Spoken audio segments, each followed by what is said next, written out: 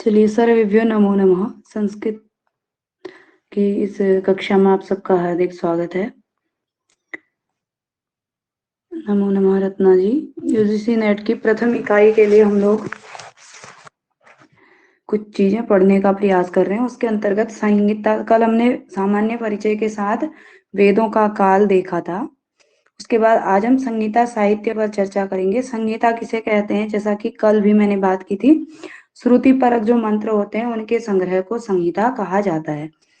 संहिताएं 4 हैं, ऋग, यजुर, साम व अथर्ववेद। ठीक है,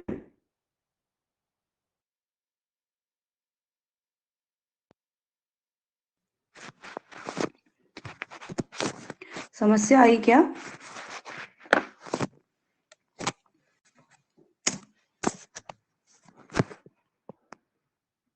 ओके, इसमें दिखा रहा था, ये फोन में ना बड़ी समस्या आ जाती है। लैपटॉप जी गुस्सा है, फोन में समस्या आ जाती है।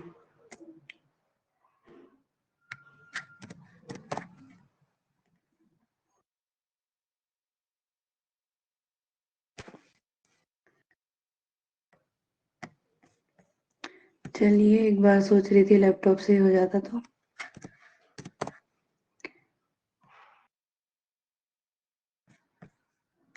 तो उसके बाद ऋग्वेद। कल मैंने एक चार्ट भी भेजी थी, उससे सामान्य परिचय लगभग पूरा ही कवर करने का प्रयास किया है। उस पे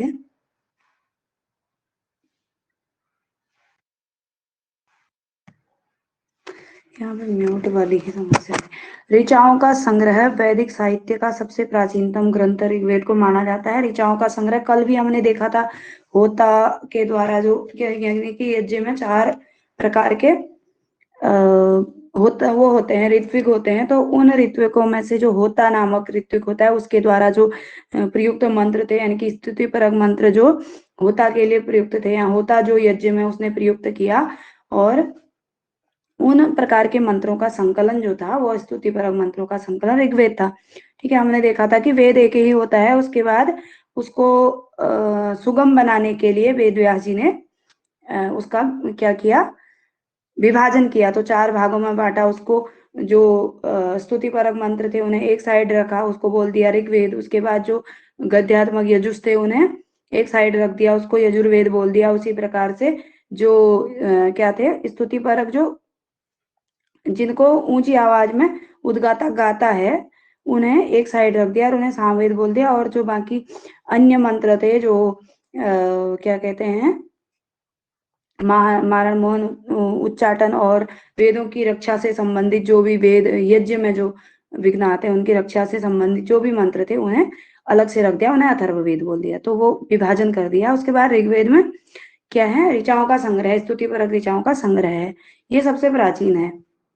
ठीक है, उसके बाद इसके आचार्य पैल हैं जो कि व्यास के शिष्य थे। ऋत्विक होता है, अपर नाम दस्तई अथवा होत्रिवेद। इसका विभाजन किया गया है मंडल और अष्टक क्रम में।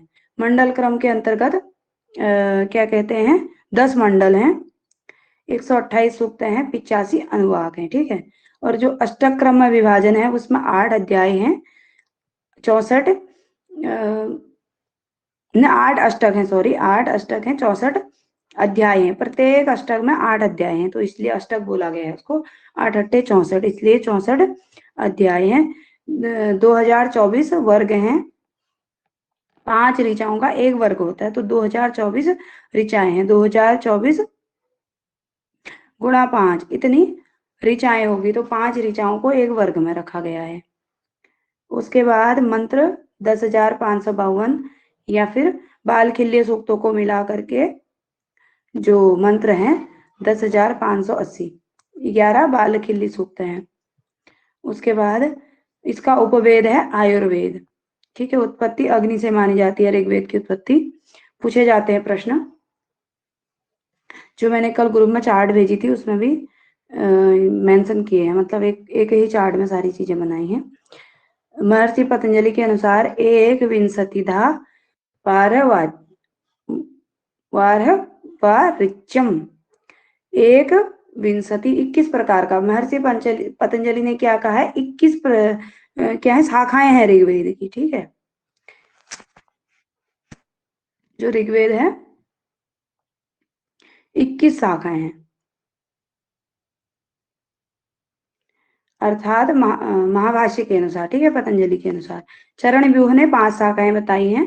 चरण व्यूह नामक एक ग्रंथ है, उसमें 5 शाखाएं बताई गई हैं। साकल, वास्कल, आश्वलायन, सांख्यायन और मांडुकायन। वर्तमान में केवल साकल शाखा ही ऋग्वेद की उपलब्ध है। 5 शाखाएं हैं, साकल, वास्कल, आश्वलायन, सांख्यायन और मांडुकायन, लेकिन वर्तमान में साकल शाखा ही मौजूद है, ठीक है। आवाज इत्यादि नहीं आएगी तो आप लोग मुझे बता देंगे, ठीक। उसके बाद जो मंडल के अनुसार ऋग्वेद का विभाजन किया गया है, कई बार मंडल के ऋषियों के नाम पूछे जाते हैं और मिलाने के लिए भी आते हैं। तो जो प्रथम मंडल है उसमें 24 अनुवाक, 191 सूक्त हैं और 2006 मंत्र हैं। इसके मुख्य ऋषि हैं सतार्चिन, और उसके बाद मधुच्छंदा, मेघातिथि और दीर्घतमा भी इसके ऋषि हैं।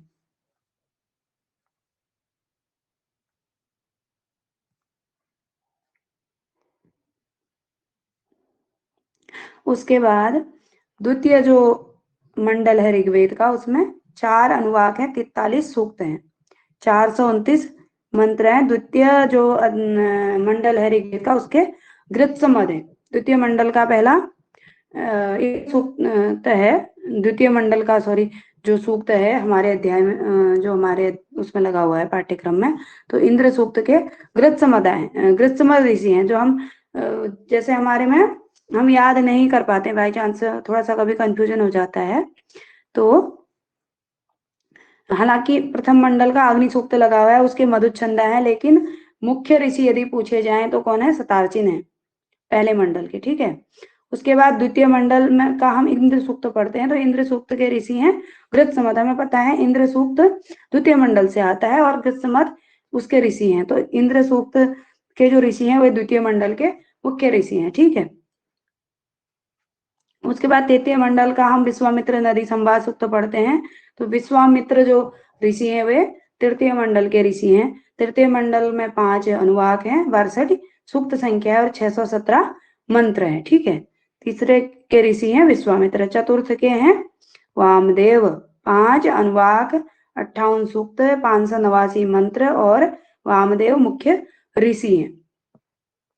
ये मैंने स्वयं से जो पुस्तकों में जिस प्रकार से संकलन मिलता है, तो उसमें से चार्ट में सेट करने का प्रयास किया है। आप लोग भी अपने याद रखने के लिए बना सकते हैं। 10 मंडलों का परिचय। पांचवें के जो 5वां मंडल है उसमें 6 अनुवाक हैं, 87 सूक्त हैं, 727 मंत्र हैं और अत्रि उसके ऋषि हैं। 5वें मंडल के अत्रि हैं। उसके बाद जो छठा मंडल है उसमें 6 अनुवाक, 75 सूक्त, 765 मंत्र और भारद्वाज छठे छठे मंडल के ऋषि हैं। कभी प्रश्न मिलाने के लिए बनता है।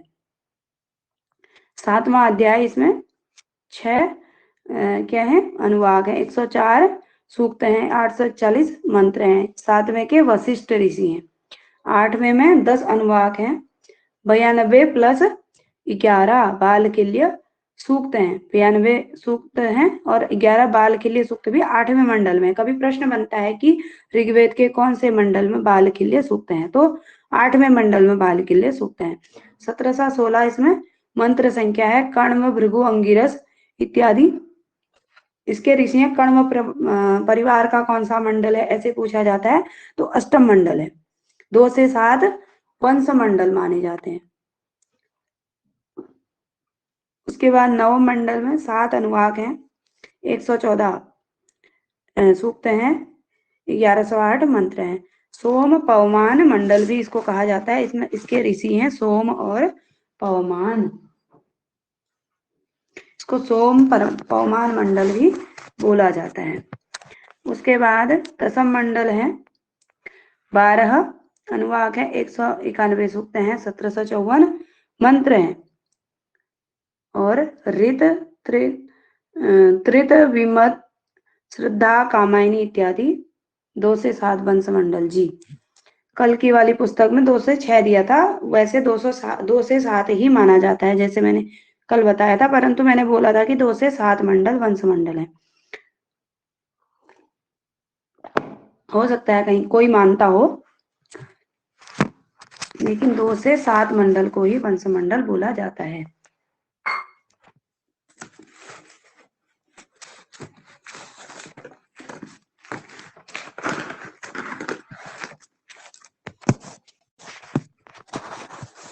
उसके बाद आगे चलेंगे।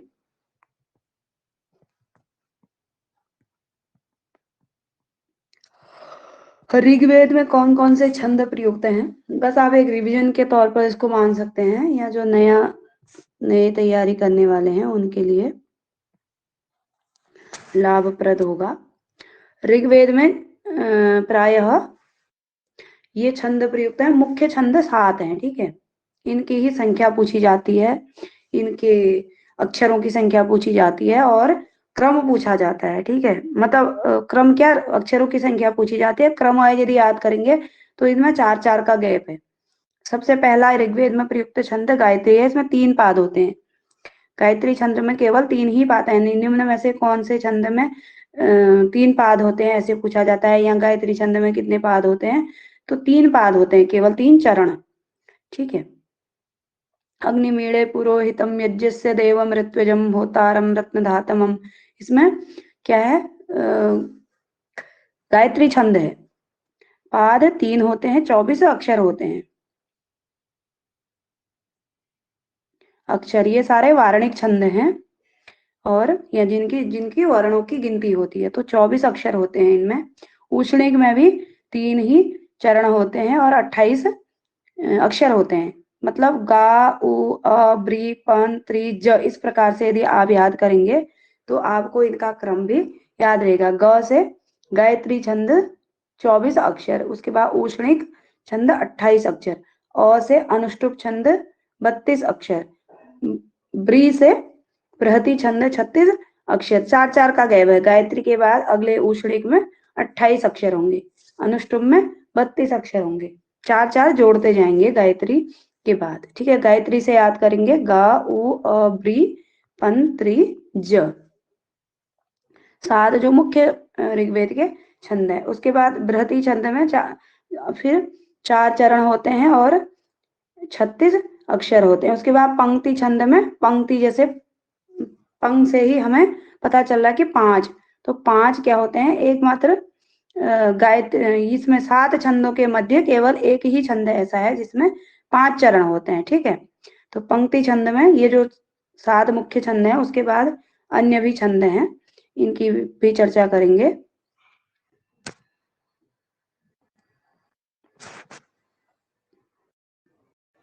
उसके बाद त्रिष्टुप छंद, त्रिष्टुप छंद में 4 चरण होते हैं और 44 क्या होते हैं, अक्षर होते हैं। पंक्ति में 40 अक्षर होते हैं, ठीक है। और पंक्ति मतलब 5, ठीक है, 5 चरण होते हैं। कोई कभी प्रश्न बनेगा कि कौन से छंद में 5 चरण होते हैं, तो पंक्ति छंद में होते हैं। जगती छंद में 4 ही चरण होते हैं, 48 वर्ण होते हैं। उसके बाद अति जगती, अति सक्वरी, अष्टि, 3 अन्य छंद भी हैं, तो उनमें सब में 5 ही पाद होते हैं और संख्या जो है हम 4-4 जोड़ते जाएंगे। जगती के बाद अति जगती तो 52 अक्षर, उसके बाद अति सक्वरी उसमें 60 अक्षर, उसके बाद अष्टि छंद उसमें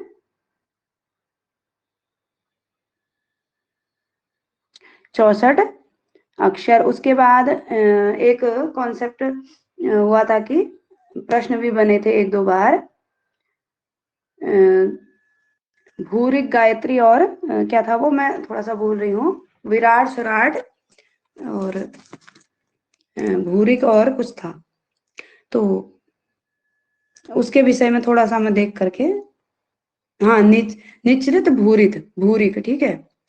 निचरित गायत्री में 1 कम होगा, भूरिक में 1 अधिक होगा, विराट में 2 कम होंगे, स्वराट में 2 अधिक होंगे, ठीक है। प्रत्येक छंद में लागू होगा, गायत्री छंद जैसे है। तो निचरित में 1 अक्षर कम होगा, यानी कि 23 ही होंगे, और भूरिक में 1 अक्षर अधिक होगा, 25 अक्षर हो जाएंगे भूरिक गायत्री में। यदि रत्ना जी ने शायद रिवीजन किया होगा, यदि मैं गलत कह रही हूँ तो बताएं, मुझे ध्यान नहीं रहा, अभी ध्यान आया जी। और उसके बाद जो स्वराट है, जो विराट का मतलब बड़ा होता है वैसे सामान्यतः, लेकिन यहाँ पर क्या होता है, विराट का मतलब 2 कम होते हैं और स्वराट का मतलब 2 अधिक। जैसे विराट गायत्री यदि है तो 2 कम होंगे, 24 है तो 22 ही अक्षर होंगे। उसके बाद स्वराट गायत्री में 2 अधिक होंगे तो 26 अक्षर हो जाएंगे। ठीक है, यदि गलत कहा हो तो बता सकते हैं आप लोग, रिवीजन नहीं किया है काफी समय से, ऐसे ही नोट से उठा करके ले आई मैं। उसके बाद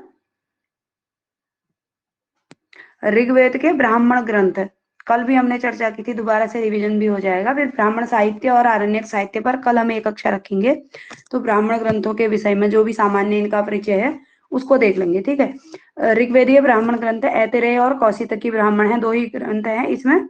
ऐतरेय ब्राह्मण में 40 अध्याय हैं। आरण्यक भी ऐतरेय और कौशितकी है, सांख्यायन आरण्यक भी ऐतरेय और सांख्यायन आरण्यक। ठीक है, कौशितकी ब्राह्मण है और सांख्यायन आरण्यक है, और ऐतरेय आरण्यक भी है, उपनिषद भी है और ब्राह्मण भी है। ठीक है, सांख्यायन में 15 अध्याय हैं। ऐतरेय ब्राह्मण भागों में विभाजित है, तो 5 भाग हैं। इसके विषय में सामान्य पढ़ेंगे, ब्राह्मण साहित्य और आरण्यक साहित्य तो हमें पढ़ना ही है। उसके बाद उपनिषद, ऐतरेय उपनिषद और कौशितकी उपनिषद।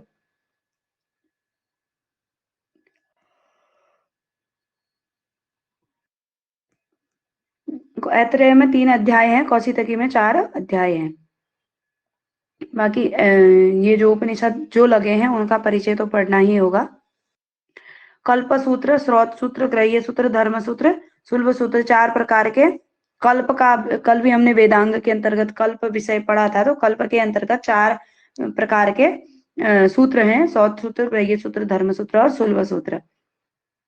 ऋग, प्रत्येक वेद के अलग अलग स्रोत सूत्र, अलग अलग ग्रह्य सूत्र हैं। ठीक है, तो ऋग्वेद का आश्वलायन और सांख्यायन स्रोत सूत्र है। आश्वलायन में 12 अध्याय हैं और सांख्यायन में 18 अध्याय हैं। ग्रह्य सूत्र के अंतर्गत आश्वलायन, सांख्यायन और कौशितकी ग्रह्य सूत्र हैं ऋग्वेद के। ठीक है, आश्वलायन में 4 अध्याय हैं, सांख्यायन में 6 अध्याय हैं और कौशितकी में 5 अध्याय हैं।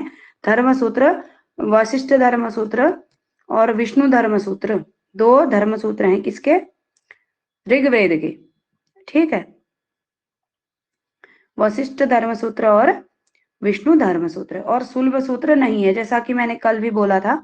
जो यजुर्वेद है उसके अतिरिक्त किसी के भी शुल्ब सूत्र नहीं है, क्योंकि जो शुल्ब सूत्र होते हैं उनमें यज्ञ की जो वेदी इत्यादि है उसके विषय में वर्णन होता है, या किस प्रकार का कि वेदी बनाई जाएगी और उसकी माप इत्यादि क्या होगी, तो केवल यजुर्वेद में ही यज्ञ का, जो यजुर्वेद है, क्योंकि ऋग्वेद जो है वह स्तुति परक ऋचाएं हैं उसमें, तो उसमें जो यज्ञ वेदी इत्यादि से कोई मतलब नहीं है। यजुर्वेद में जो है वह यज्ञ के विधि विधान यजुर्वेद में वर्णित है, इसलिए शुल्ब सूत्र यजुर्वेद के केवल है। प्रातिशाख्य, ऋग प्रातिशाख्य है, ये हमने सिलेबस में भी लगा है, इसको विस्तृत पढ़ा जाएगा, या आप लोगों ने पढ़ा ही होगा।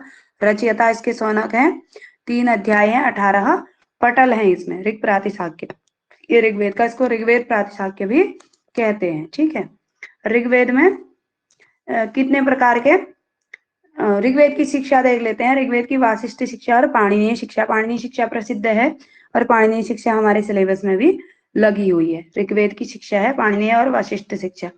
उसके बाद सूक्तों के प्रकार, कौन कौन से सूक्त ऋग्वेद में किस किस प्रकार के सूक्त हैं, तो दार्शनिक सूक्त हैं एक प्रकार के, जैसे नासदीय सूक्त इत्यादि हैं। उसके बाद धार्मिक सूक्त हैं कुछ, कुछ लौकिक सूक्त हैं और कुछ संवाद सूक्त हैं। जैसे 4 संवाद सूक्त लगे हुए हैं, चारों ऋग्वेद से हैं। पुरुर्वारवसी संवाद सूक्त, जिसमें 2 लोग आपस में संवाद करते हैं। ठीक है, वो संवाद सूक्त हो गए। दार्शनिक सूक्त जो नास्तिक सूक्त इत्यादि जो हैं वो दार्शनिक सूक्त के अंतर्गत आएंगे। कुछ धार्मिक सूक्त हैं, कुछ लौकिक सूक्त हैं। ठीक है, हमारे में दार्शनिक सूक्त और संवाद सूक्त लगे हुए हैं ऋग्वेद से। देवता के प्रकार, 3 प्रकार के देवता बताए गए हैं, पृथ्वी स्थानीय देवता, अंतरिक्ष स्थानीय देवता और द्यु स्थानीय देवता। प्रश्न बनता है इसमें से, ठीक। और कई सारे देवता थे, लेकिन वर्तमान में इतने देवताओं के विषय में ही पूछा जाता है। अग्नि, बृहस्पति और सोम 3 पृथ्वी स्थानीय देवता है, ठीक है। अंतरिक्ष स्थानीय देवता इंद्र और रुद्र, द्यु स्थानीय देवता सूर्य और विष्णु। प्रश्न बनता है, मिलाने के लिए भी आता है। पृथ्वी स्थानीय अग्नि, बृहस्पति और सोम, अंतरिक्ष स्थानीय इंद्र रुद्र, द्यु स्थानीय सूर्य और विष्णु। ऋषिकाएं हैं 24 ऋषिकाएं हैं ऋग्वेद में। इनके नाम भी है, नाम कभी नहीं पूछे जाते, इसलिए ज्यादा लोड नहीं लेना है। रश्मि जी भी जुड़ी हुई है, स्वागत है आपका भी। उसके बाद वंश मंडल या परिवार मंडल जिसे बोला जाता है, 2 से 7, दूसरे से 7वें मंडल को वंश मंडल या परिवार मंडल कहा जाता है, ये हम पढ़ चुके हैं। 9वें मंडल को सोम पवमान मंडल भी कहते हैं। उसके बाद 10म मंडल सबसे अर्वाचीन है, सबसे नया जो मंडल है वह 10म मंडल है। अष्टम मंडल के अधिकांश सूक्त कण्व परिवार के हैं, ये हम बात कर चुके हैं। कण्व परिवार के उसमें ऋषि है। उसके बाद यजुर्वेद का 2 प्रकार का यजुर्वेद माना जाता है, या 2 प्रकार का इसका संप्रदाय है 2।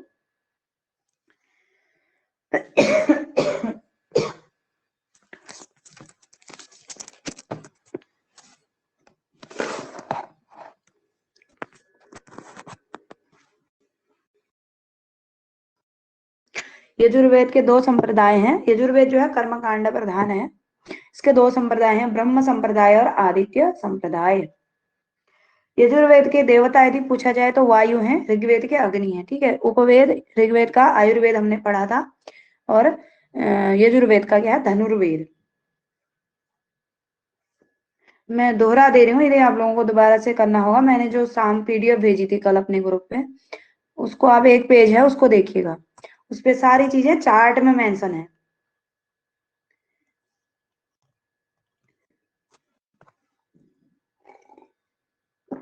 एक ही लाइन में आपको एक वेद का परिचय पूरा मिल जाएगा।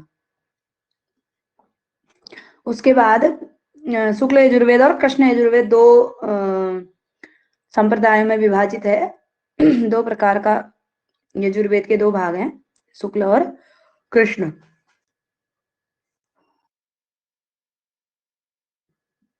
कृष्ण यजुर्वेद को ब्रह्म संप्रदाय का मानते हैं, और आदित्य संप्रदाय का शुक्ल यजुर्वेद को, क्योंकि शुक्ल यजुर्वेद जो है आदित्य से यानी कि सूर्य से प्राप्त होता है कहते हैं। और एक प्रश्न बनता है कि इनमें से कौन सा वेद आदित्य संप्रदाय का है या सूर्य से प्राप्त है, ऐसा प्रश्न मैंने देखा। उसके बाद उसमें सामवेद और शुक्ल यजुर्वेद ऑप्शन में रहता है, तो दोनों है, ठीक है। सामवेद का भी आदित्य संप्रदाय से है या सूर्य से प्राप्त है, तो ध्यान रखेंगे आदित्य संप्रदाय का शुक्ल यजुर्वेद भी है। उसके बाद कृष्ण यजुर्वेद, कृष्ण यजुर्वेद की 4 शाखाएं हैं। जो शुक्ल यजुर्वेद है कहते हैं कि ये इसकी शाखाएं विभाजित नई शाखा है, तो ये जो है सूर्य से प्राप्त माध्यम दिन शाखा, ये इस प्रकार से है। तो इसमें क्या बताते हैं कि मध्य दिन में सूर्य को रोक करके इसको प्राप्त किया गया, तो इस कारण से ये आदित्य संप्रदाय और ये माध्यम दिन शाखा इत्यादि जो इसकी है, इसलिए कहा जाता है। कृष्ण यजुर्वेद की 4 शाखाएं, तैत्तिरीय, मैत्रायणी, कठ, कपिष्टल। तो तैत्तिरीय जो शाखा है कृष्ण यजुर्वेद की, उसमें 7 कांड, 44 प्रपाठक और 631 अनुवाद। इनको याद करेंगे, पूछा जाता है, प्रश्न बनते हैं यहाँ से भी। ये भी इम्पोर्टेंट है क्या, जो ये, हाँ बिल्कुल, संख्या, कांड, सारी चीजें इंपॉर्टेंट हैं भाई, इसीलिए तो नोट्स बनाए हैं। तैत्तिरीय शाखा में 7 कांड हैं, 44 प्रपाठक हैं, 631 अनुवाक हैं। मैत्रायणी शाखा में 4 कांड, 44 प्रपाठक और 3144 मंत्र। कट शाखा में 5 खंड। पूछा जाता है तैत्तिरीय शाखा में कितने, अधिकतर कांड के विषय में प्रश्न बनता है। किसमें विभाजन है, तो कांडों में विभाजन है। इसको ध्यान रखेंगे, किसका विभाजन किस में है। कट शाखा का विभाजन खंडों में है। इसमें स्थानक है 40 स्थानक और 13 अनुवचन, 843 अनुवाक।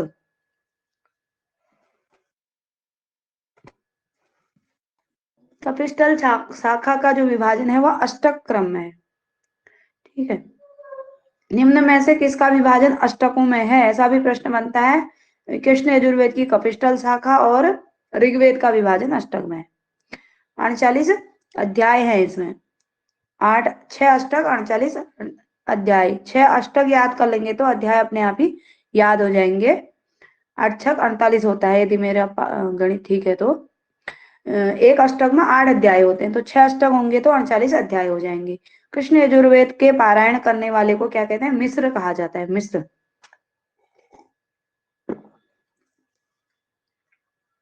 चरण व्यूह में, चरण व्यूह नामक ग्रंथ में कृष्ण यजुर्वेद की 69 शाखाओं का वर्णन है।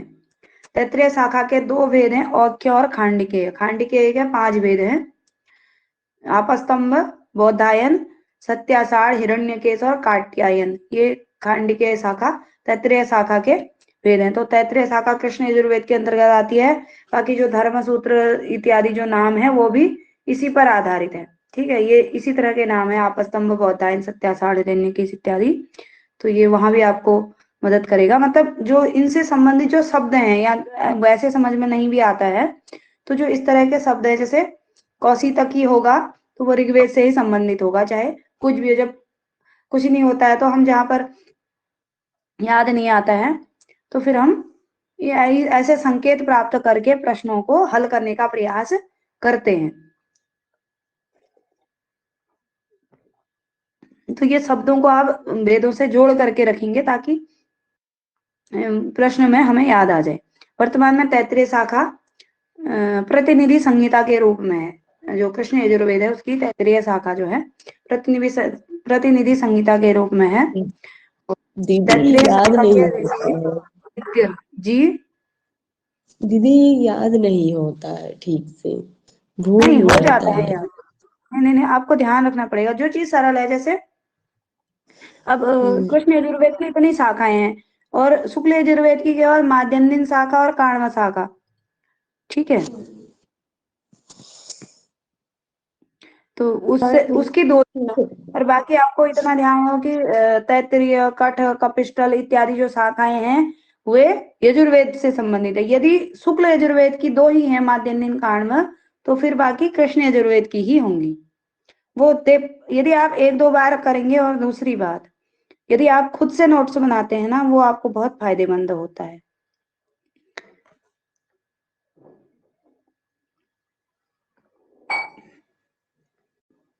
तो ये जो तैत्तिरीय शाखा है इसके ऋषि क्या है, तित्तिर है। ये वैशंपायन के शिष्य थे।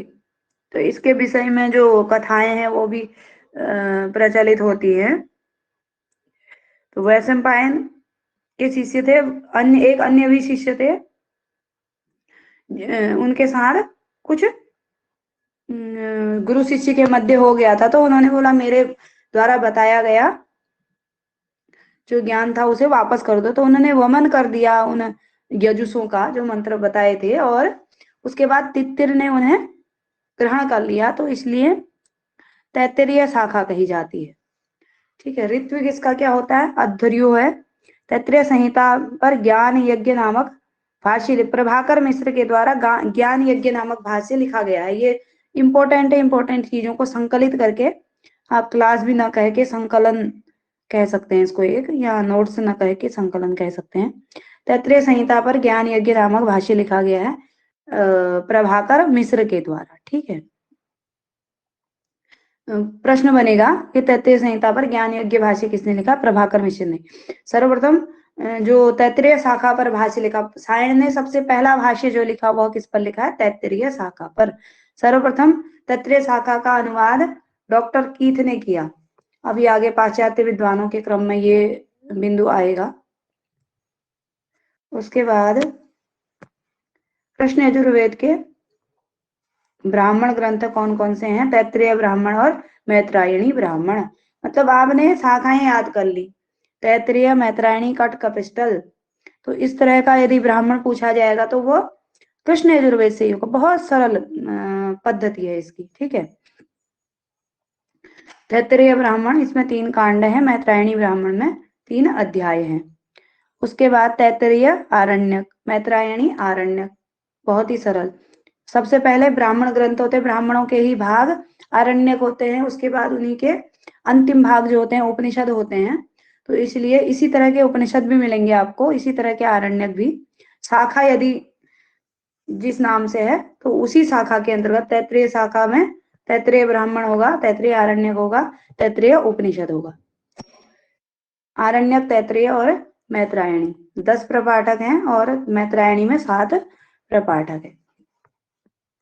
उसके बाद उपनिषद, तैत्तिरीय उपनिषद, इसमें 3 वल्लियां हैं। उसके बाद कठोपनिषद, इसमें 2 अध्याय 6 वल्लियां हैं।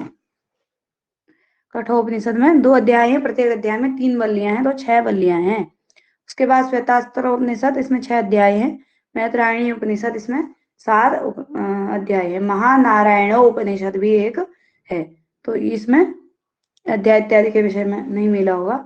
उपनिषद, महानारायण उपनिषद का संबंध किससे है? तो कृष्ण यजुर्वेद से है। और बाकी तैत्तिरीय, कठ और श्वेतासुतर और मैत्रायणी लाने के लिए भी प्रश्न बनता है, ध्यान रखेंगे।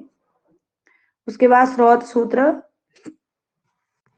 बौधायन, सबसे अधिक अन्य ग्रंथों के हम अन्य वेदों के, ऋग्वेद के स्रोत सूत्र याद कर लेंगे और अन्य के कर लेंगे। तो जो बाकी बचेंगे इस तरह के नाम, बौधायन, बादुल, मानव, भारद्वाज, आपस्तंभ, काठक, सत्यासाढ़, वाराह, वैखानस, ये सब कृष्ण यजुर्वेद के हो जाएंगे, ठीक है। ग्रह्य सूत्र भी बौधायन, मानव, भारद्वाज, आपस्तंभ, काठक, आग्निवेश्य, हिरण्यकेशी, वाराह, वैखानस, चारायणीय, वैजवाप और इस प्रकार के ग्रह्य सूत्र हैं। सुलभ सूत्र मैंने बताया केवल यजुर्वेद के ही मिलते हैं, तो सुलभ सूत्र भी सेम नाम है, बौधायन, मानव, आपस्तंभ, कात्यायन, मैत्रायणी, हिरण्यकेशी, वाराह। अधिक फंसाने वाले प्रश्न इनमें से नहीं बनते हैं, यही पूछे जाएंगे, लगा देंगे कृष्ण यजुर्वेद। उसके बाद शिक्षा ग्रंथ, व्यास शिक्षा, वासिष्ठ शिक्षा, भारद्वाज शिक्षा, मांडव्य शिक्षा, ये कृष्ण यजुर्वेद की शिक्षा है। व्यास शिक्षा, तो वहां हमने देखा ऋग्वेद की केवल पाणिनीय शिक्षा और वासिष्ठ शिक्षा है। वशिष्ठ शिक्षा ही शायद उसमें भी दिख रहा था ना, कहीं मैं गलत ना बोल रही हूँ।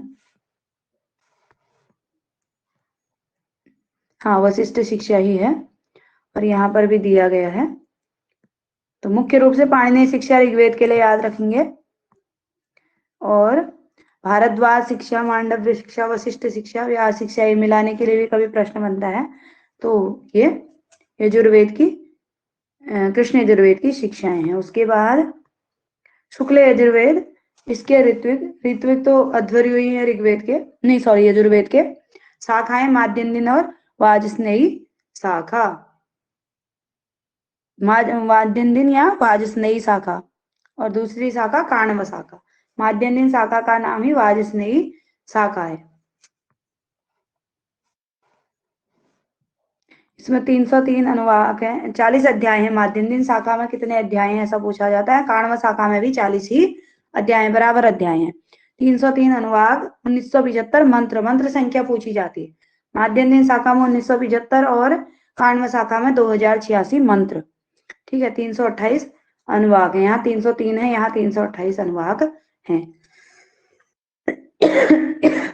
मंत्र संख्या याद रखेंगे माध्यन्दिन शाखा और काण्व शाखा की।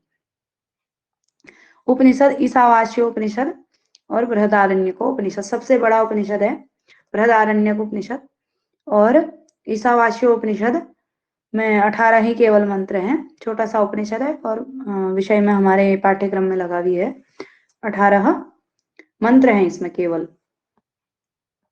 उसके बाद कल्प सूत्र, स्रोत सूत्र जो है कात्यायन स्रोत सूत्र है केवल शुक्ल यजुर्वेद का, जबकि वहां पर बहुत सारे स्रोत सूत्र हैं। तो केवल शुक्ल यजुर्वेद का याद कर लेंगे, बाकी जो बचेंगे वो कृष्ण यजुर्वेद का लगा के आ सकते हैं।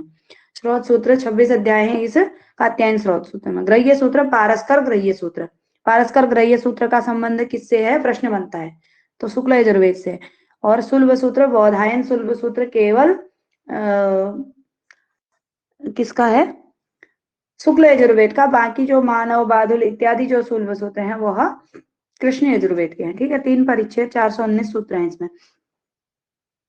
यजुर्वेद एकमात्र ऐसा वेद है जिसके शुल्ब सूत्र उपलब्ध हैं, ऐसा मैंने सॉरी जो शुल्ब सूत्र हैं, क्षम्यताम, ये सभी हैं, बौधायन केवल नहीं है। जैसे ही नाम ये बौधायन, मानव, आपस्तंभ, कात्यायन, मैत्रायणी, हिरण्यकेशी, वाराह इत्यादि हैं, ये उसमें भी हैं, कृष्ण यजुर्वेद में भी है। और श्रोत्र सूत्र और ग्रह्य सूत्र याद कर लेंगे। श्रोत्र सूत्र कात्यायन, ग्रह्य सूत्र पारस्कर, ग्रह्य सूत्र। और आपस्तंभ के विषय में पूछा जाता है, आपस्तंभ शुल्ब सूत्र में 6 पटल 21 अध्याय और 498 सूत्र हैं।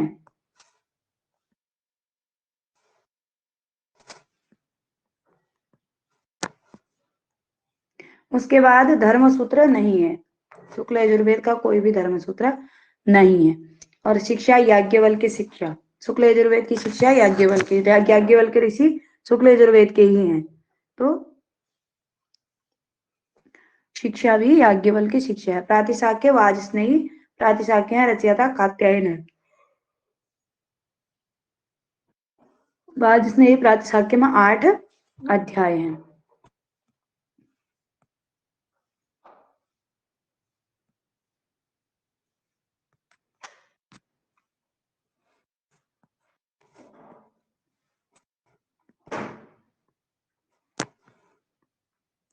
उसके बाद ब्राह्मण, केवल सतपथ ब्राह्मण। सतपथ ब्राह्मण का संबंध किससे है, तो ये शुक्ल यजुर्वेद से है। ठीक है, रचयिता इसके याज्ञवल्क्य हैं। शुक्ल यजुर्वेद के जो आचार्य हैं वो याज्ञवल्क्य हैं मुख्य रूप से, और 2 शाखाएं हैं, तो ये वाजस्नेयी शाखा के हैं।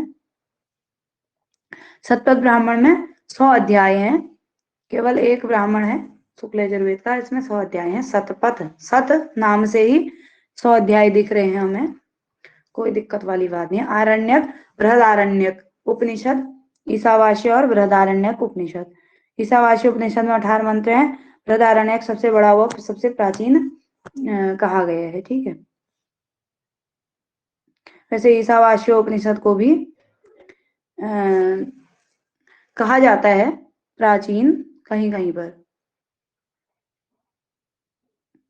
उसके बाद इसके भाष्यकार कौन कौन से हैं शुक्ल यजुर्वेद के, महिधर, वेददीप, उब्बट इत्यादि। वेदों के भाष्यकार के विषय में तो आगे हम चर्चा करेंगे ही। महिधर, वेददीप, उब्बट इत्यादि, नहीं सॉरी, महिधर का वेददीप नामक भाष्य है। जो महिधर भाष्यकार हैं उनका वेददीप नामक भाष्य है शुक्ल यजुर्वेद पर। उब्बट भी हैं, मिलाने के लिए आते हैं कौन है, तो महिधर और उब्बट वो शुक्ल यजुर्वेद के भाष्यकार हैं। हलायुध, इन्होंने ब्राह्मण सर्वस्व नामक भाष्य लिखा काण्व संहिता पर। काण्व संहिता पर ब्राह्मण सर्वस्व नामक भाष्य लिखने वाले हलायुध। निम्न में से कौन से भाष्यकार शुक्ल यजुर्वेद से संबंधित है, तो महिधर, उब्बट, हलायुध हो जाएंगे। आगे हम भाष्यकारों को विस्तृत रूप से पढ़ेंगे, इनका परिचय इत्यादि। उसके बाद सामवेद,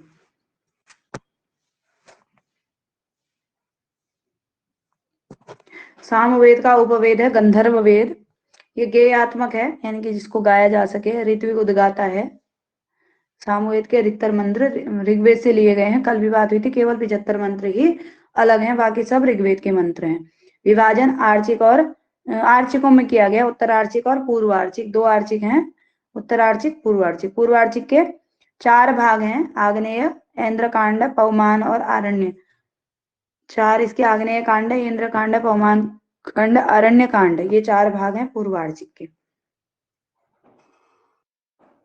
और परिशिष्ट भाग जो है उसको महानामनी आर्चिक कहा जाता है। ठीक, आग्नेय कांड में 1 अध्याय है, ऐन्द्र कांड में दूसरे से चौथा अध्याय जो है वो ऐन्द्र कांड के अंतर्गत, यानी कि जो पूर्वार्चिक है उसके जो 6 अध्याय हैं, तो उन 6 अध्यायों को अलग अलग बांटा गया है। आग्नेय, पहला अध्याय आग्नेय कांड कहलाएगा, दूसरे से चौथा ऐन्द्र कांड, 5वां अध्याय पवमान कांड और आरण्य कांड जो है छठा अध्याय कहा जाएगा, परिशिष्ट भाग महानामी। उसके बाद गान संहिता जो सामवेद है, तो ये गानों के विषय में आता है। कितने प्रकार के गान हैं? तो 4 प्रकार के, ग्राम गेय गान, उह ज्ञान, अरण्य गान और उह्य ज्ञान। इसके जो ऋषि हैं सामवेद के जैमिनी ऋषि हैं, ये मैंने जो इसमें ऊपर नीचे लिखे हैं नोट्स में, जो पीडीएफ कल भेजी थी उसमें सब क्रम वाइज हैं। पूर्वार्चिक में 650 मंत्र हैं, मंत्र पूछे जाते हैं। ये मंत्रों की संख्या 650, 1225, ठीक है। उत्तरार्चिक में 1225 मंत्र हैं और पूर्वार्चिक में 650 मंत्र हैं, ठीक है। उत्तरार्चिक में 9 प्रपाठक हैं, 21 अध्याय हैं, 1225 मंत्र हैं, 400 सूक्त हैं। पूर्वार्चिक में 650 मंत्र हैं, ठीक। शाखाओं के विषय में यदि बात करें तो पतंजलि ने सामवेद की 1000 शाखाएं बताई हैं, ठीक है। पतंजलि ने महाभाष्य के अनुसार सामवेद की कितनी शाखाएं? तो 1000 शाखाएं हैं। वर्तमान में केवल 3 शाखाएं उपलब्ध हैं, कौथुम, राणायनी और जैमिनीय शाखा। कौथुम शाखा जो है गुजरात में प्रचलित है, राणायनी महाराष्ट्र में प्रचलित है और जैमिनीय शाखा कर्नाटक में प्रचलित है।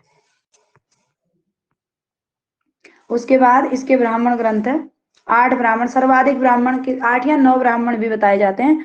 तो सर्वाधिक ब्राह्मण ग्रंथ किस वेद के हैं? तो वह सामवेद है जिसके सर्वाधिक ब्राह्मण ग्रंथ हैं, ठीक है। तांड्य ब्राह्मण, तांड्य ब्राह्मण के अपर नाम पूछे जाते हैं, पंचविश या महाब्राह्मण भी इसको कहा जाता है और प्रौढ़ ब्राह्मण भी कहा जाता है जो तांड्य ब्राह्मण है। और इसका प्रतिपाद्य विषय जो है सोमयाग है। ब्राह्मण साहित्य पढ़ेंगे उसमें विस्तृत रूप से देखेंगे। और षड्विश ब्राह्मण, इसमें 26 अध्याय हैं, इसके अंतिम भाग को अद्भुत ब्राह्मण भी कहा जाता है। प्रश्न बनता है कि किस ब्राह्मण को अद्भुत ब्राह्मण कहा जाता है? तो षड्विश ब्राह्मण। तांड्य ब्राह्मण का अपर नाम पंचविश या महाब्राह्मण या प्रौढ़ ब्राह्मण, ठीक है। सामविधान ब्राह्मण है, इसमें 3 प्रपाठक हैं, 25 अनुवाक हैं और धर्मशास्त्र के विषय प्रतिपादित है। आरसेय ब्राह्मण 3 प्रपाठक, 82 खंड। दैवत ब्राह्मण 4 खंड है। उसके बाद उपनिषद ब्राह्मण, इसको मंत्र ब्राह्मण या छांदोग्य ब्राह्मण भी कहा जाता है। इसमें 10 प्रपाठक हैं। गुण, विष्णु और सायण ने इनमें 2 व्याख्याएं की हैं। संहितोपनिषद ब्राह्मण, इसमें 5 खंड है। उसके बाद वंश ब्राह्मण, इसमें 3 खंड है। इसमें स्वयंभू ब्रह्मा से सामवेद की उत्पत्ति मानी गई है। वंश ब्राह्मण के अनुसार स्वयंभू ब्रह्मा से सामवेद की उत्पत्ति हुई है, ठीक है।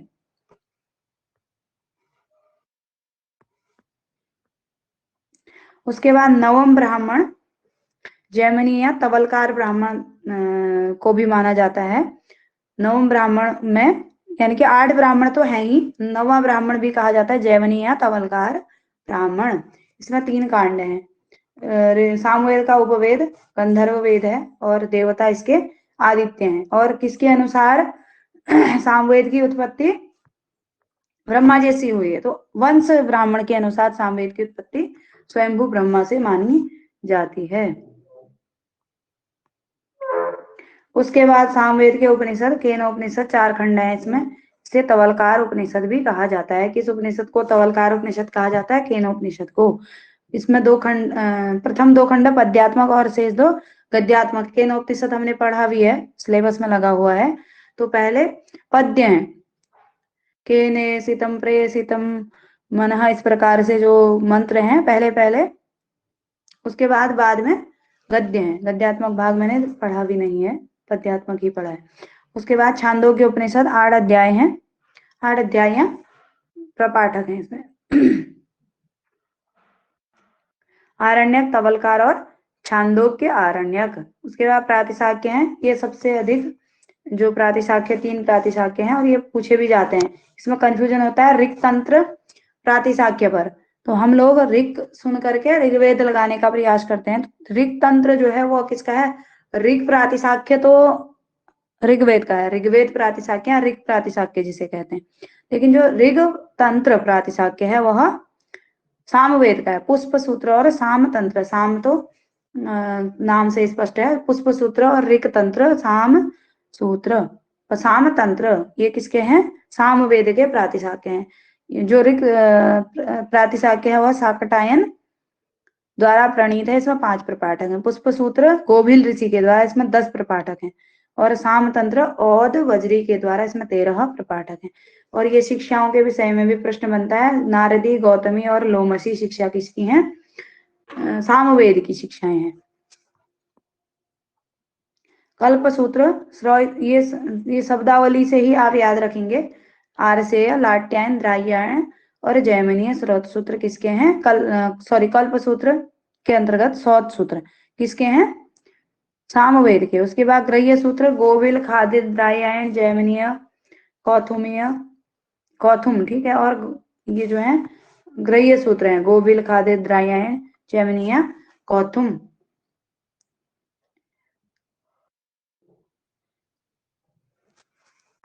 धर्म सूत्र केवल एक ही है। गौतम धर्म सूत्र किसका है? प्रश्न बनता है तो वह किसका है?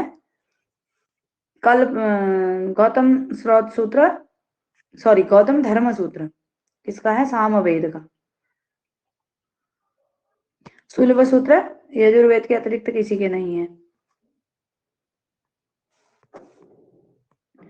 सामवेद के अंतर्गत साम विकार आते हैं। तो सामगान में संगीत के अनुकूल जो शाब्दिक परिवर्तन किया जाता है उसे साम विकार कहते हैं। साम विकार 6 प्रकार के होते हैं: विकार, विश्लेषण, विकर्षण, अभ्यास, विराम व स्तोभ। तो कितने साम विकार हैं? 6 हैं। ये प्रश्न बनता है इनमें से कौन सा साम विकार नहीं है? याद करेंगे विकार, विश्लेषण, विकर्षण, अभ्यास, विराम व स्तोभ। सप्त स्वर, 7 स्वर हैं, सारे गामा पाधानी। इसी से हम याद रखेंगे। ये जो ट्रिक है सारे गामा पधनी, ठीक है। षड्ज, ऋषभ, गांधार, मध्यम, पंचम, धैवत व निषाद। ये पाणिनीय शिक्षा में कौन से स्वर कौन सा स्वर किस प्रकार का है? उदात, अनुदात, स्वरित इत्यादि के ये सब पाणिनीय शिक्षा में वर्णन मिलता है। षड्ज, ऋषभ, गांधार, मध्यम, पंचम, धैवत व निषाद। स से षड्ज, रे से ऋषभ, ग से गांधार, म से मध्यम, प से पंचम, ध से धैवत, नी से निषाद, ठीक है। सारे गामा पधानी इससे याद करके रखेंगे। उसके बाद सामवेदीय भाष्यकार। सामवेद पर किस किसने भाष्य लिखा? माधव ने सबसे पहले भाष्यकार हुए हैं माधव। उसके बाद गुण विष्णु और भरत स्वामी, 3 ही भाष्यकार हैं, माधव, गुण विष्णु और भरत स्वामी। 5 प्रकार की साम विभक्तियां होती हैं: प्रस्ताव, उद्गीत, प्रतिहार, उपद्रव व निधन, ठीक है। प्रस्ताव, उद्गीत, प्रतिहार, उपद्रव व निधन। भाष्यकार पहले ही हम देख चुके हैं। माधव के द्वारा विवरण भाष्य लिखा गया है सामवेद पर। गुण विष्णु ने छांदोग्य मंत्र भाष्य लिखा है और भरत स्वामी, गुण विष्णु ने कौथुम शाखा पर छांदोग्य मंत्र भाष्य लिखा है। उसके बाद भरत स्वामी भी सामवेद के भाष्यकार हैं।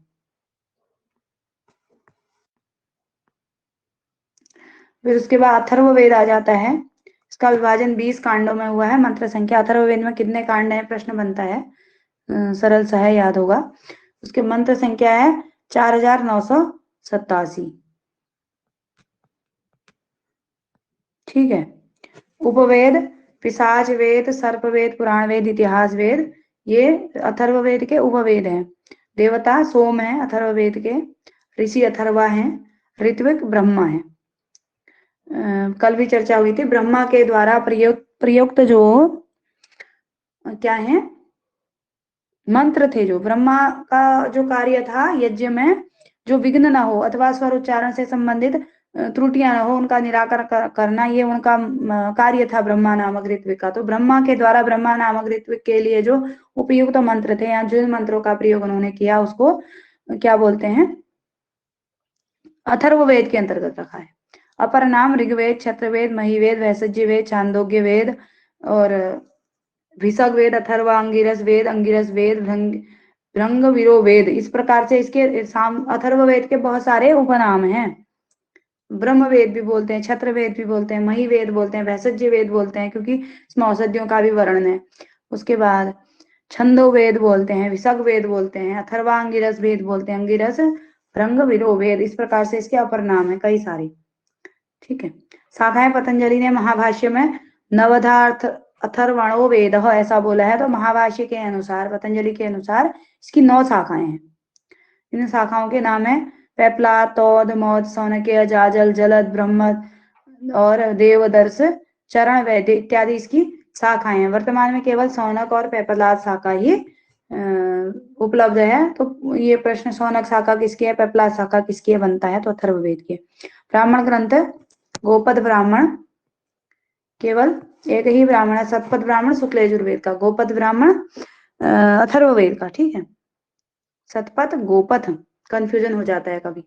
पूर्व भाग 5 प्रपाठक 35 कंडिकाएं, उत्तर भाग 2 भाग हैं गोपद ब्राह्मण के, पूर्व भाग और उत्तर भाग। उत्तर भाग में 6 प्रपाठक 123 कंडिकाएं। आरण्यक उपलब्ध नहीं है, किस वेद का आरण्यक उपलब्ध नहीं है, तो वह अथर्ववेद है। उपनिषद प्रश्नोपनिषद पिप्पलाद ऋषि द्वारा 6 शिष्यों के से जो आध्यात्मिक प्रश्न का उत्तर जो दिया गया अपने 6 शिष्यों का पिप्पलाद ऋषि के द्वारा, तो वह प्रश्नोपनिषद है, प्रश्न है इसमें।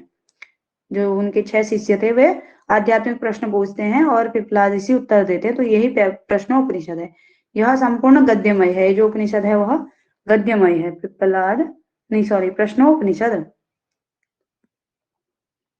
उसके बाद मुंडकोपनिषद, एक मुंडक, प्रश्न मुंडक और मांडुक्य 3 उपनिषद हैं किसके, अथर्ववेद के।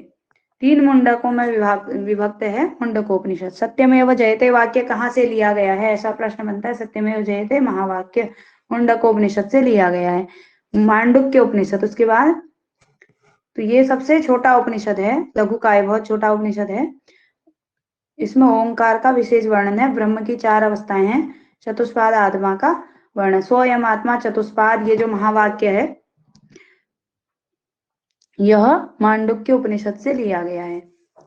अथर्ववेद के कल्पसूत्र, स्रोत सूत्र, वैतान स्रोत सूत्र, ये पूछा जाता है वैतान स्रोत सूत्र किससे संबंधित है, तो ये अथर्ववेद से संबंधित है।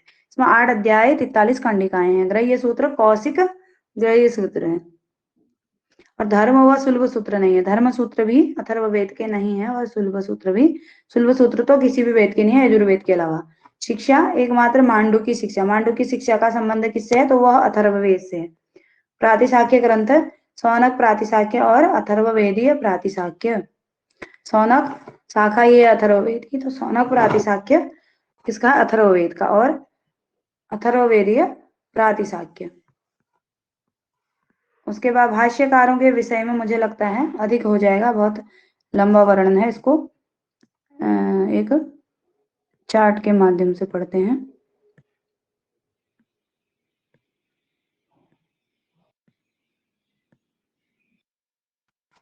ये है भाष्यकार। ठीक है। किस वेद का, इनमें से कौन सा ऋग्वेद का भाष्यकार नहीं है पूछा जाएगा। स्कंद स्वामी, ऋग्वेद के प्रथम भाष्यकार स्कंद स्वामी है। इन्होंने 625 ईस्वी में ऋग्वेद के 5 अष्टकों पर, ऋग्वेद में 8 अष्टक है, इन्होंने 5 अष्टकों पर भाष्य लिखा। 625, इनका समय 625 है। सब ये समय पूछा जाता है कभी कभी कि सबसे प्राचीनतम कौन है, अथवा 4 भाष्यकारों के नाम दे देंगे तो इनको क्रम से लगाइए, ऐसा प्रश्न आएगा। तो स्कंद स्वामी जो है सबसे पुराने हैं, 625 ईस्वी में इन्होंने 5 अष्टकों पर भाष्य लिखा। नारायण ने 6ठे व 7वें अष्टक पर भाष्य लिखा। उद्गीत ने 8वें अष्टक पर भाष्य लिखा। तो स्कंद स्वामी, नारायण और उद्गीत, क्रम भी याद रखेंगे। और किस किस पर लिखा, स्कंद स्वामी ने पहले 5 पर लिखा, नारायण ने भी 6 और 7वें पर लिखा, 8 अष्टक है, और उद्गीत ने 8वें अष्टक पर भाष्य लिखा। स्कंद स्वामी, नारायण और उद्गीत। उसके बाद वेंकट माधव ने 1030 से 1150 के मध्य ऋग्वेद, संपूर्ण ऋग्वेद पर भाष्य लिखा वेंकट माधव ने। उसके बाद आनंद तीर्थ ने ऋग्वेद के 40 सूक्तों पर, पहले 40 सूक्तों पर भाष्य लिखा। 1198 से 1278 इनका समय माना जाता है। यदि प्रश्न बनता है क्रम से लगाइए, तो सबसे पहले स्कंद स्वामी, नारायण, उद्गीत, क्योंकि इन्होंने तीनों ने मिलकर के 8 अष्टकों पर भाष्य लिखा है। पहले 5 पर स्कंद स्वामी ने लिखा, फिर नारायण ने लिखा 6ठे 7वें पर, और उद्गीत ने लिखा 8वें अष्टक पर। वेंकट माधव ने संपूर्ण ऋग्वेद पर भाष्य लिखा है 1130 से नहीं सॉरी 1030 से 1150। आनंद तीर्थ ने पहले 40 सूक्तों पर, 1198 से 1278 इनका समय हो गया। आत्मानंद ने निम्न में से कौन से आध्यात्मिक भाष्यकार हैं? यहाँ इस प्रकार से प्रश्न बनता है। तो अश्ववामीय सूक्त पर, आध्यात्मिक सूक्त पर भाष्य लिखने वाले आत्मानंद थे। आत्मा आध्यात्मिक ही होती है, तो आध्यात्मिक भाष्यकार हैं, ऐसा प्रश्न बनेगा आत्मानंद। इसका समय है 1100। उसके बाद सायणाचार्य ने वेदार्थ प्रकाश नामक भाष्य लिखा है 1315 से 1387। ठीक है, कुछ लोग इनका समय 11वीं सदी भी मानते हैं। तो मतभेद तो रहता ही है क्योंकि प्राचीन आचार्य लोग हैं, तो कोई दिक्कत नहीं है, ध्यान रखेंगे। उसके बाद उब्बट, शुक्ल यजुर्वेद के भाष्यकार आते हैं। यजुर्वेद के भाष्यकारों के क्रम में उब्बट जो है शुक्ल यजुर्वेद के भाष्यकार हैं, इन्होंने उब्बट भाष्य लिखा, 11वीं सदी इनका समय है। और महीधर ने, जैसा कि हमने देखा, वाजस्नेय शाखा पर वेद संहिता पर वेद दीप, वाजस्नेय शाखा या संहिता एक ही बात है, वेद दीप नामक भाष्य महीधर ने लिखा, इनका समय था 16वीं सदी। हलायुध ने काण्व संहिता पर ब्राह्मण वर्चस्व नामक भाष्य लिखा, ये 12वीं सदी इनका समय था। और सायण का समय हम देख चुके हैं, कोई लोग 11वीं सदी मानते हैं, उसके अतिरिक्त कुछ लोग 1315 से 1387 इनका समय निश्चित करते हैं। इसके संबंध में मैं जो पीडीएफ आज भेजूंगी उसमें देख लीजिएगा आप। उसके पक्ष में एक तर्क है कि ये कुछ समय किसी राजा, इस काल में किसी राजा के राज्याश्रय में थे, तो समय निश्चित किया गया है उसमें 1350, ये 1300 वाला। उसके बाद सायण ने काण्व संहिता पर भाष्य लिखा। उसके बाद अंताचार्य ने काण्व संहिता के उत्तरार्ध पर भाष्य लिखा। ठीक है, उत्तरार्ध, अंताचार्य, उत्तरार्ध क्या होता है? अंत ही, अंत में ही होता है। ठीक है, अंतिम भाग को उत्तरार्ध बोलते हैं। तो उत्तरार्ध पर, काण्व संहिता के उत्तरार्ध पर अंताचार्य ने भाष्य लिखा, 16वीं सदी इनका समय है। आनंद बोध ने भी यजुर्वेद पर भाष्य लिखा, शुक्ल यजुर्वेद पर। भट्टोपाध्याय ने काण्व संहिता पर लिखा। सौनक ने माध्यन्त्री संहिता के 31वें अध्याय पर भाष्य लिखा। कृष्ण यजुर्वेद के भाष्यकार हैं कुंडिन और भवस्वामी। कुंडिन ने तैत्तिरीय संहिता पर वृत्ति लिखी, भवस्वामी ने तैत्तिरीय संहिता पर भवस्वाम्यादि भाष्य, भवस्वामी के नाम से है भवस्वामी आदि भाष्य, तैत्तिरीय शाखा पर भाष्य लिखा गया कुंडिन और भवस्वामी के द्वारा। उसके बाद गुहदेव ने तैत्तिरीय संहिता पर भाष्य लिखा 8वीं 9वीं शताब्दी में। छुर नामक एक भाष्यकार ने, इन्होंने तैत्तिरीय संहिता पर लिखा। भट्ट भास्कर ने ज्ञान यज्ञ नामक भाष्य किसका है? अभी हमने जब परिचय पढ़ रहे थे वहां पर पढ़ा, तो भट्ट भास्कर कृत ज्ञान यज्ञ भाष्य है 11वीं सदी में। सायण ने तैत्तिरीय संहिता पर भाष्य लिखा। सर्वप्रथम जो भाष्य सायण ने लिखा वह तैत्तिरीय संहिता पर लिखा। ठीक है, उसके बाद माधव ने विवरण भाष्य लिखा सामवेद संहिता पर। सामवेद संहिता के भाष्य माधव, भरत स्वामी और गुण विष्णु। सायण चारों वेदों के भाष्यकार हैं। सायण का नाम तो होगा ही, एक भास्कर मिश्र भी है। मुख्य रूप से माधव, गुण विष्णु और भरत स्वामी ये पूछे जाते हैं। विवरण भाष्य माधव ने लिखा सामवेद संहिता पर 600 ईस्वी के लगभग, और गुण विष्णु ने छांदोग्य मंत्र भाष्य लिखा, और भरत स्वामी ने संपूर्ण सामवेद पर भाष्य लिखा।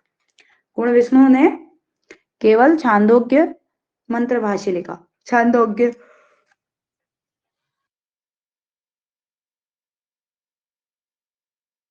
उसके बाद सायण जो है सामवेद के जो ब्राह्मण हैं उन पर भाष्य लिखा सायण ने। चारों वेदों के भाष्यकार के रूप में सायण माने जाते हैं। उसके बाद अथर्ववेद के केवल एकमात्र भाष्यकार हैं, वह कौन है? सायण। ठीक है, कुछ पाश्चात्य कलाकार हैं जिन्होंने वेदों के फील्ड में काम किया। तो ऋग्वेद में किस किस पाश्चात्य विद्वान ने काम किया? विल्सन ने अंग्रेजी में 1850 में अंग्रेजी अनुवाद किया। अधिकतर इन लोगों ने अनुवाद ही किया। और हेरमन ग्रासमान ने जर्मन भाषा में अनुवाद किया। ये पूछा जाता है ऋग्वेद का अंग्रेजी अनुवाद किसने किया? तो विल्सन ने किया। ठीक है, और अल्फ्रेड लुडविग ने जर्मन में अनुवाद किया। ग्रासमान ने भी जर्मन भाषा में अनुवाद किया।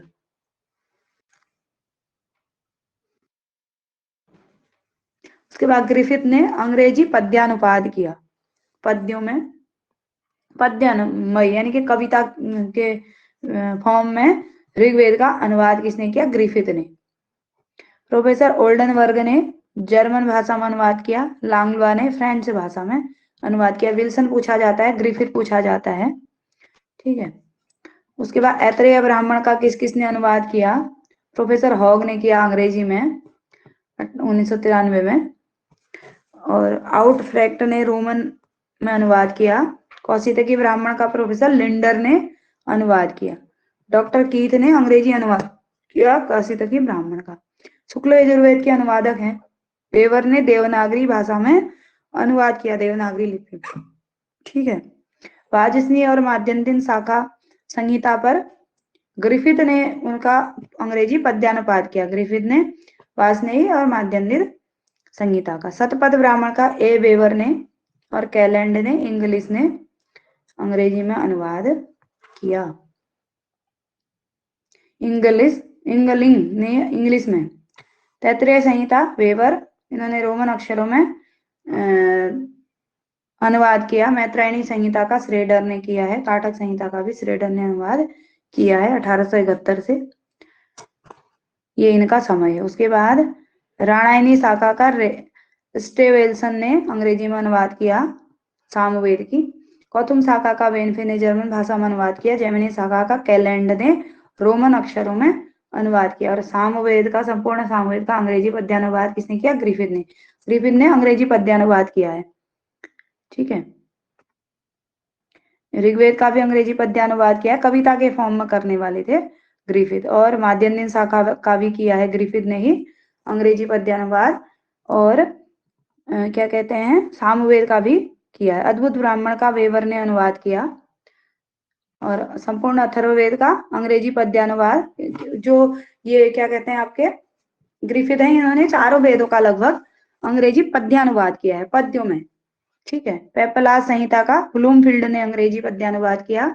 और अथर्ववेद का ही अनुवाद करने वाले विटनी और लानमान महोदय भी हैं, ठीक है। कुछ कुछ याद कर लेंगे। से पेपला संहिता का ब्लूमफील्ड ने अंग्रेजी पद्यानुवाद किया। ग्रिफिथ का याद ही रहेगा, किसी भी वेद का पूछ लिया जाए कि अंग्रेजी पद्यानुवाद किसने किया, तो ग्रिफिथ ने किया है, ठीक है। और उसके अतिरिक्त विल्सन ने सर्वप्रथम ऋग्वेद का अंग्रेजी अनुवाद किया है, ठीक। तो ये कुछ महत्वपूर्ण थे। कौशितकी ब्राह्मण का किसने किया? तो कीथ ने किया है। तो इस प्रकार से कुछ महत्वपूर्ण चीजें हैं वेदों के भाष्यकारों के विषय में। यदि आपके पास पुस्तक नहीं भी है तो पीडीएफ से पढ़ लेंगे, मैं भेज दूंगी, तो जैसा भी आपको लगा होगा। और समय भी हो गया है, यदि कुछ पूछना है तो पूछ सकते हैं, कुछ कहना हो, सोल्यूशन देना हो, सजेशन देना हो, तो वो भी दे सकते हैं, ठीक है। अन्यथा क्लास समाप्ति की ओर होगी फिर। रत्ना जी, फ्रीडम फाइटर रख लीजिए आप अपना नाम, फायर फाइटर नहीं, फ्रीडम फाइटर, ठीक है। फाइटर जी, धन्यवाद जी। अच्छा, ये भी इम्पोर्टेंट है क्या जो ये करना है? जी समझ गया, जी जी समझ आ गया, अच्छी बात है। और आपके लिए सोल्यूशन है, आप फ्रीडम फाइटर नाम रख लीजिए। हाँ, ओके, धन्यवाद आप सभी का। समाप्त करते हैं।